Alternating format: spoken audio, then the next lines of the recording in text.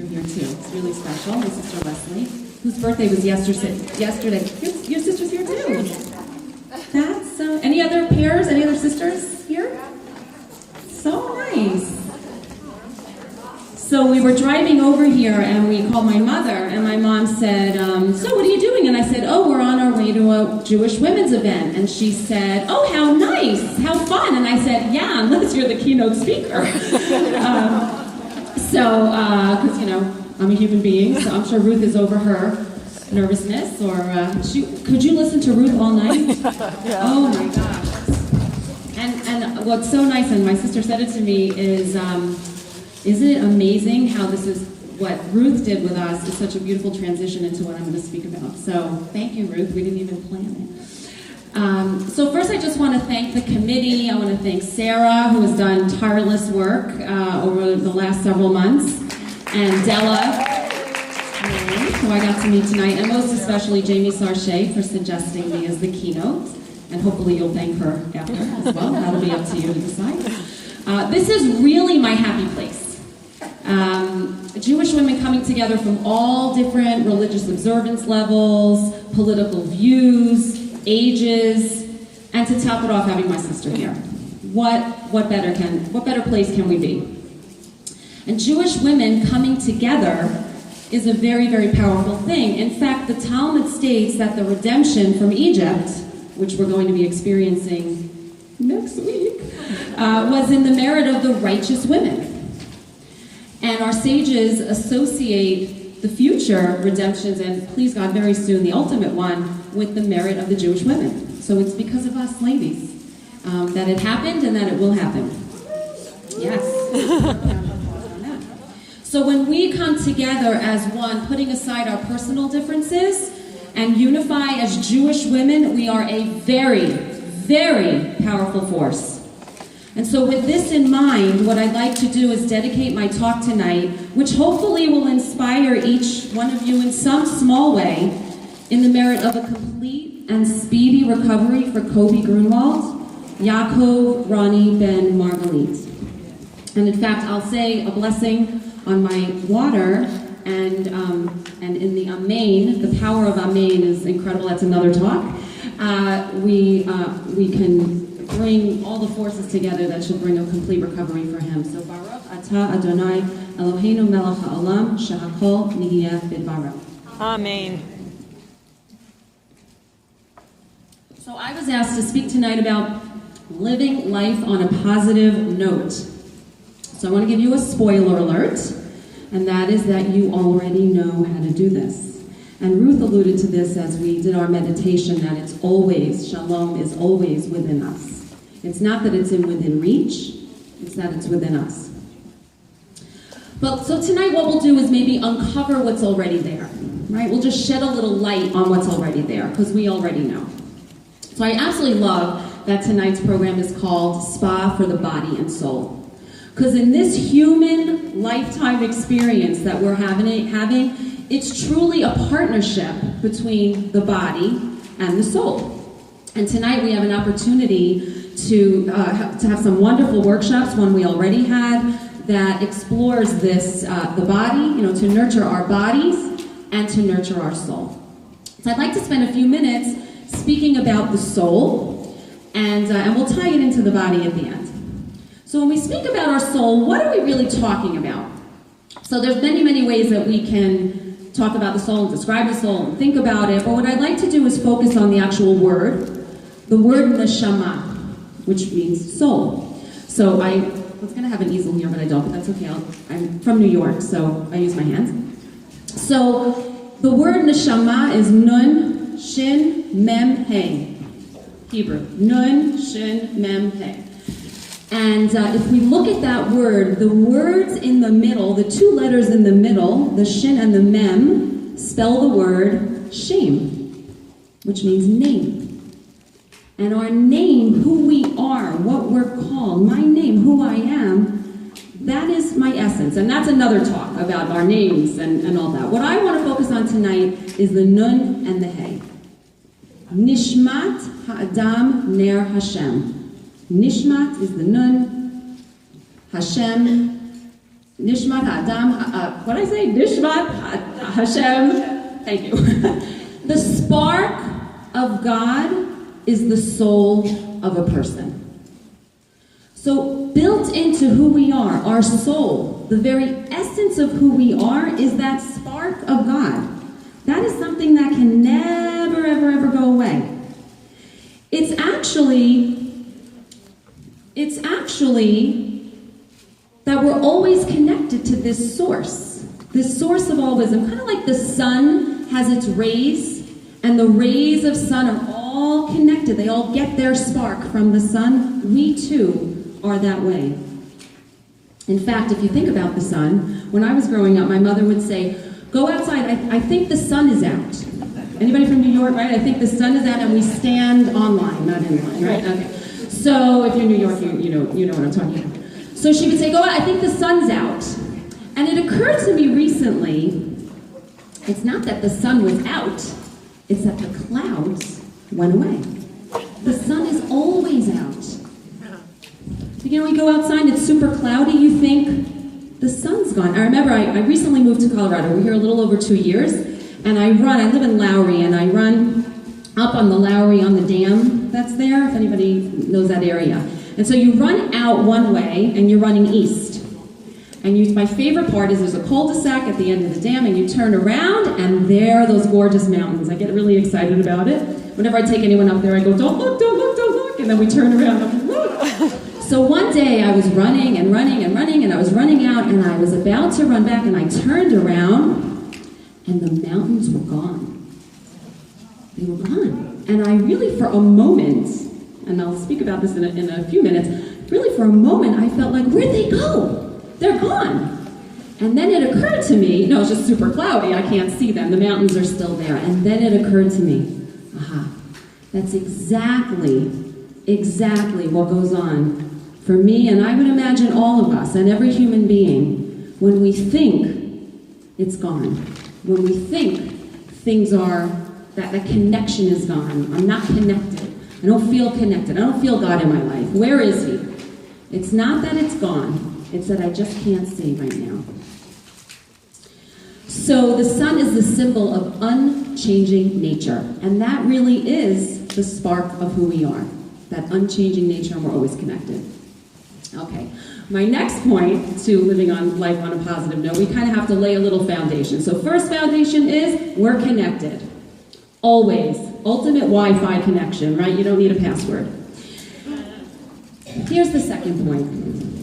I'm going to break the news. Life is an up and down thing. It's kind of like a roller coaster. It just is. It's up and down. In fact, my husband, thank God he has a bill of health, but he had prostate cancer and he had an operation in December. And so when he came out of the operation, when he came out of the OR, and he was in the recovery area where you're still hooked up to everything, I don't know what it's called. It's like, I keep saying it's not the ICU, it's like the PACU, that's it, okay. So he was in the PACU and I was sitting there and he was coming in and out of sedation, and it's really great when your husband's coming out of sedation because you're the most beautiful, wonderful thing in the world. Have you ever seen? It was really amazing. Anyway, so he says that when he's not under sedation, but it was especially beautiful. Anyway, so I looked over and he was connected to a heart monitor. And I was looking and I saw, how it goes up and down and up and down. And I had this moment of clarity that as long as that thing was going up and down, the nurses and the doctors were happy because it meant that he was alive. Being alive means going up and going down.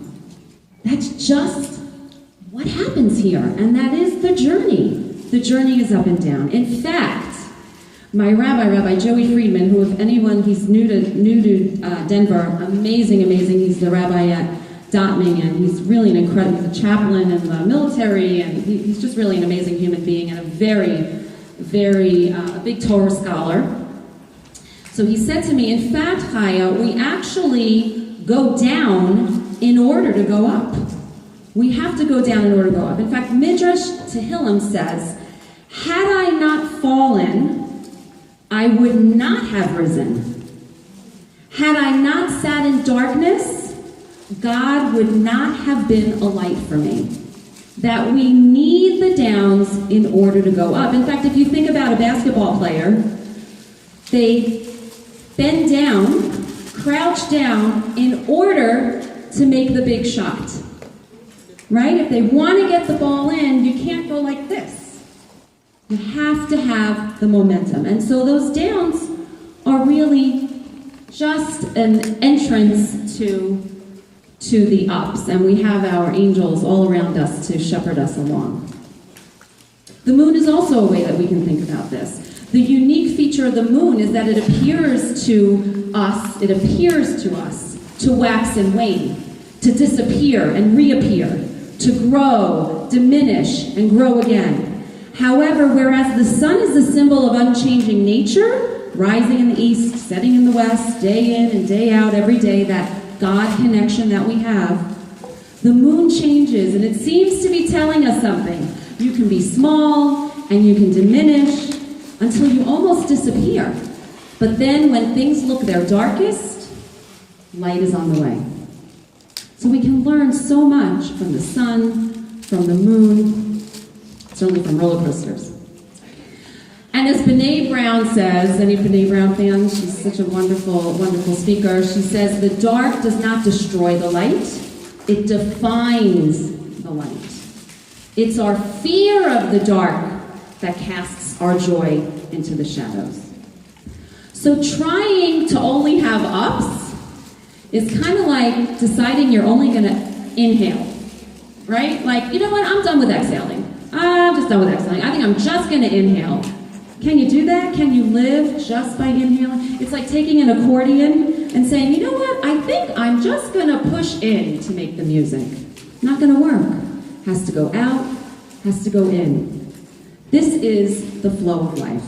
So first, we're always connected to that source and that source of wisdom. And secondly, life is an up and down, full contact sport. So the question is not how to avoid the ups and downs. Try avoiding the ups and downs, right? People do try to avoid the ups and downs. It's called addictions, right? We try to figure out a way to avoid the ups and downs, and no judgment on it. It's really our best thinking trying to feel better.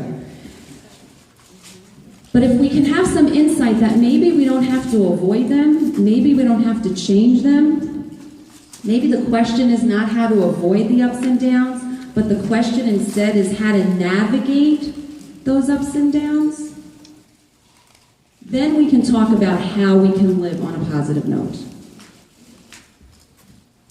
So being a human being is about a partnership from the body and soul. That's what I said earlier. And clarity begins with the awareness of the true nature of the human experience. We're each a soul, but we experience life through the physical senses of the body. We feel it, we touch it, we see it, we feel it physically, we feel it emotionally. We feel it all over our bodies. I know we have at least one psychiatrist in the room, chemically, our chemistry changes, right? We know in epigenetics now, it's a full body experience, our life here. So we experience all of life. In fact, Jewish, right? Only in Judaism where you go to a funeral and then you go to a wedding and then that night you go to a bar mitzvah. It's all, and we have to be present at all of those experiences. Grief and joy and excitement, all of it. So we experience all of life, the seemingly good, the seemingly bad. A thought in your mind and the corresponding feelings in your senses is called the awareness of being alive. That is what being alive is feeling or thinking all the time. So this is how the process works.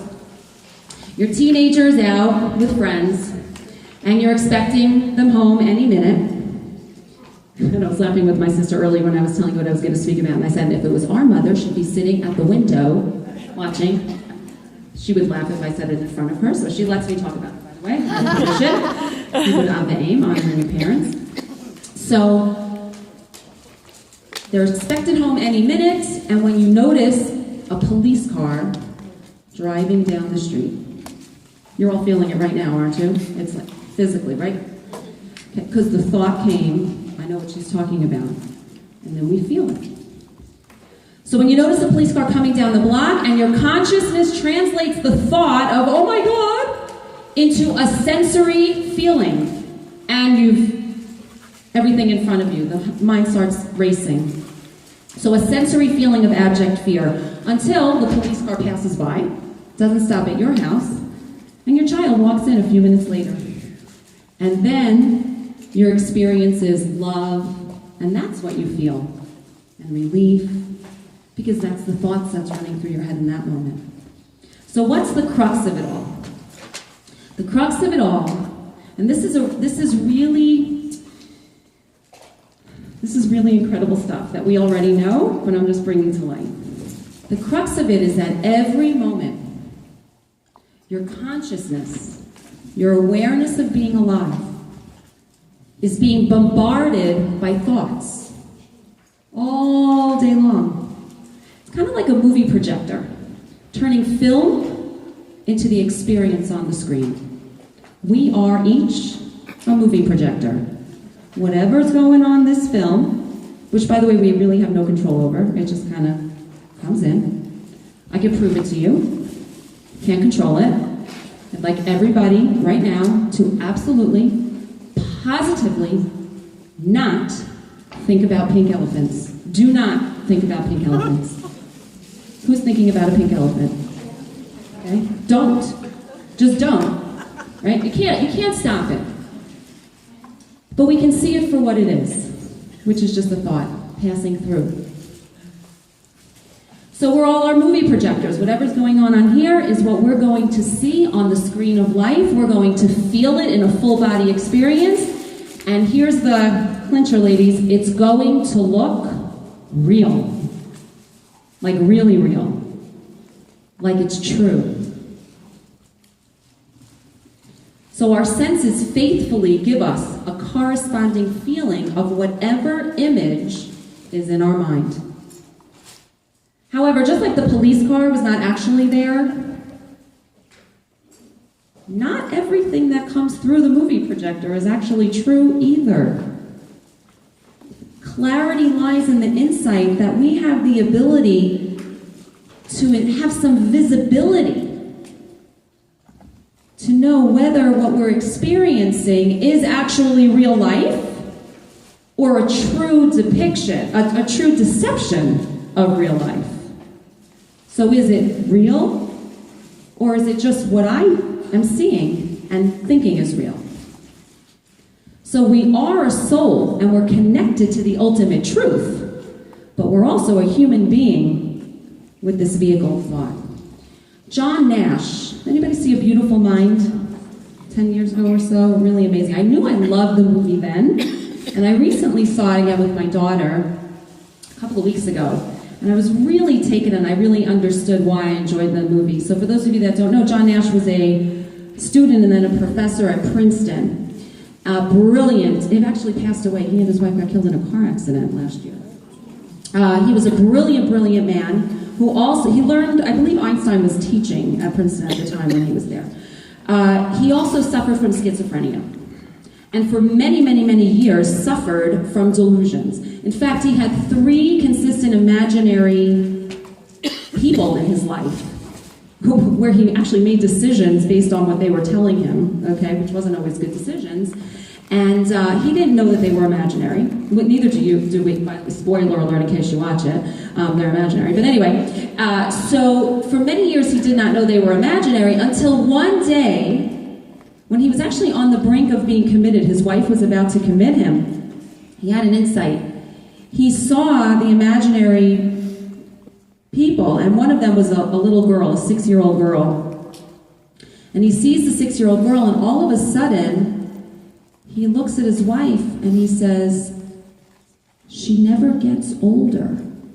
And the wife says, "What?" And he says, "The little girl, She never gets older. She can't be real. And he never had to get committed, actually, after that. He tells his wife, she puts her hand on his heart and his hand on her heart and says, this is real. Love is real. He doesn't get committed. He lives life, he teaches at Princeton. He lives his life knowing that those delusions are only figments of his imagination, and he does not have to act on what they tell him. Years later, actually, when he was asked if he still sees the imaginary characters, this is what he says. Quote, I still see things that are not here. I just choose not to acknowledge them, like a diet of the mind. I just choose not to indulge certain appetites, like my appetite for patterns, perhaps, my appetite to imagine and to dream. I've gotten used to ignoring them, and I think as a result, they've kind of given up on me. I think that's what it's like with our dreams and our nightmares. We've got to keep feeding them for them to stay alive. So is the trick to living a happy, well-adjusted life filled with trying to control our circumstances? Or even our thoughts? No, I don't think so.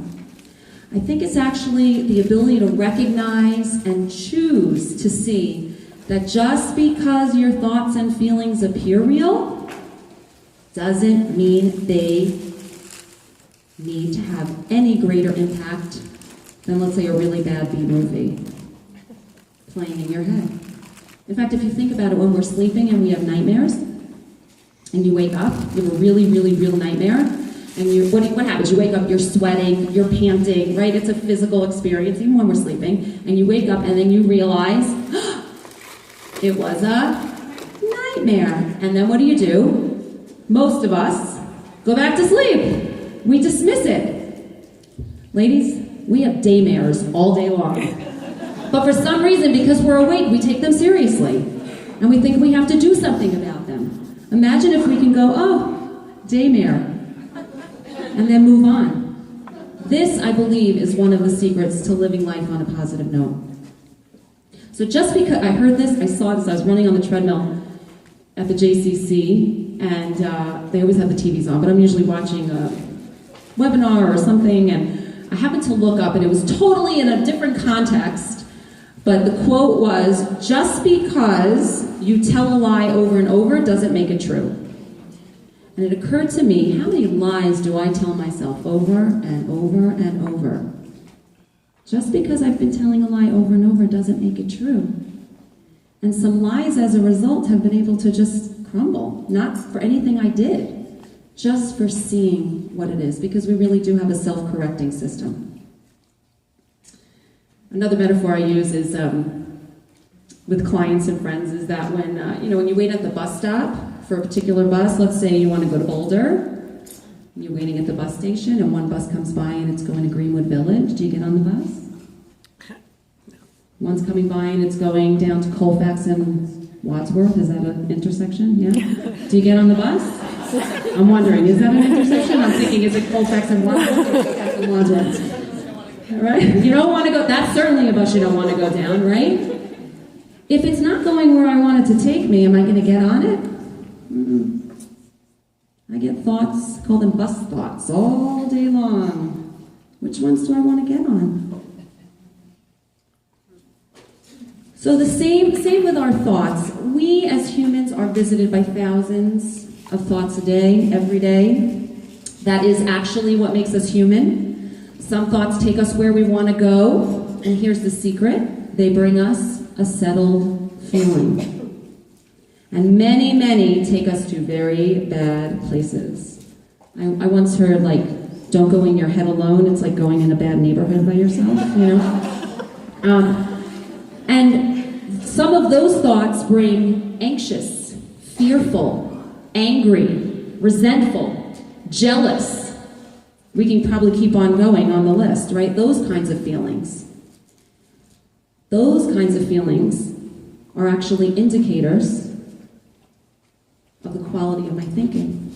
Because trying to push bad thoughts away doesn't really help. In fact, that's actually a recipe for keeping them around, right? Don't think of pink elephants.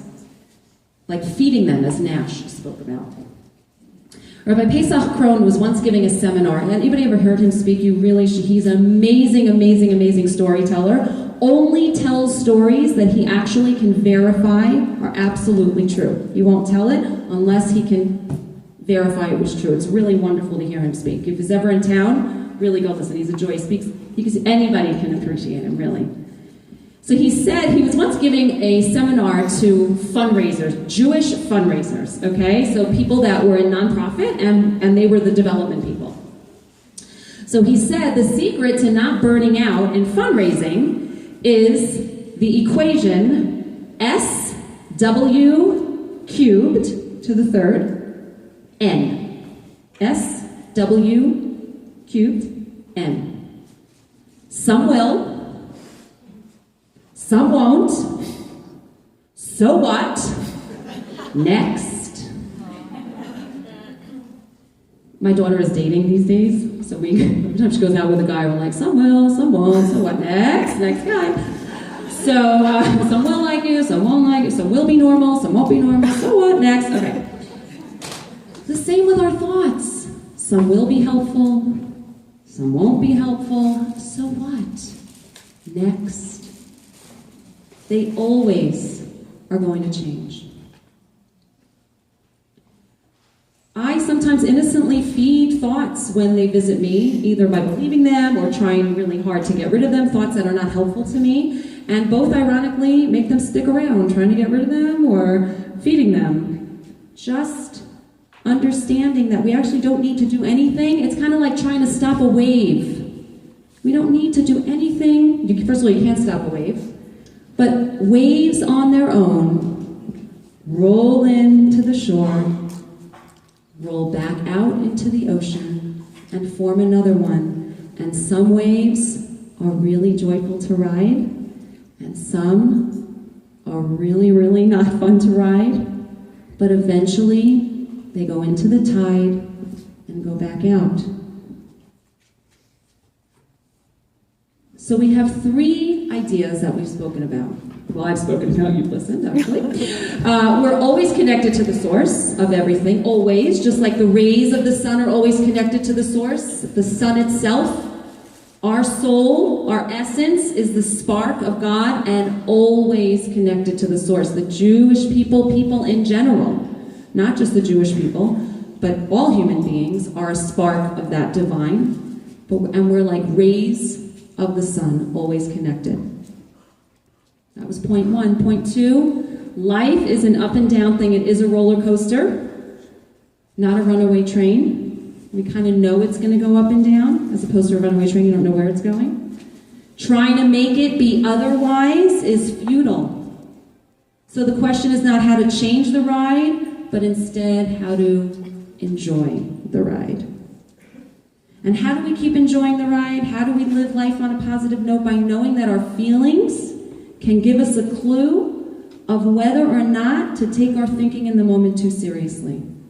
All that anxious thinking, angry thoughts, judgmental, whether I'm judging you or judging me, jealous, envy, fear, despair.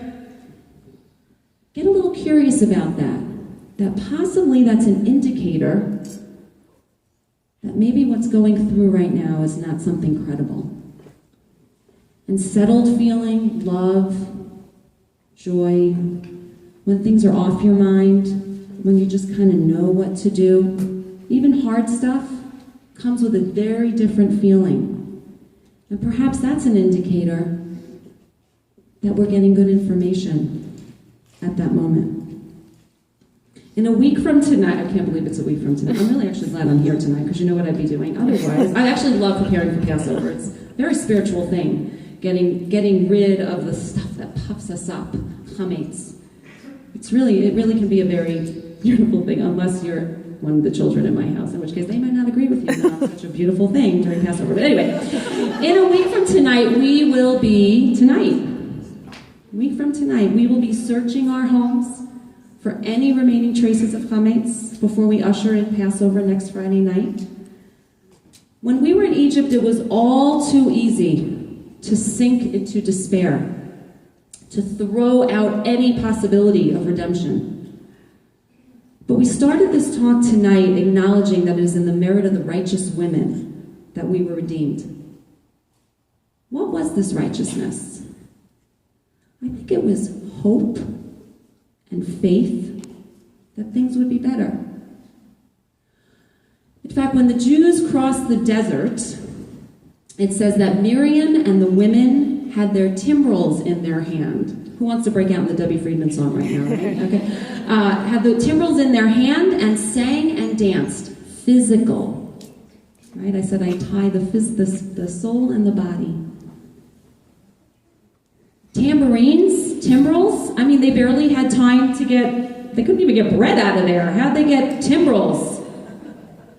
Where did these timbrels come from?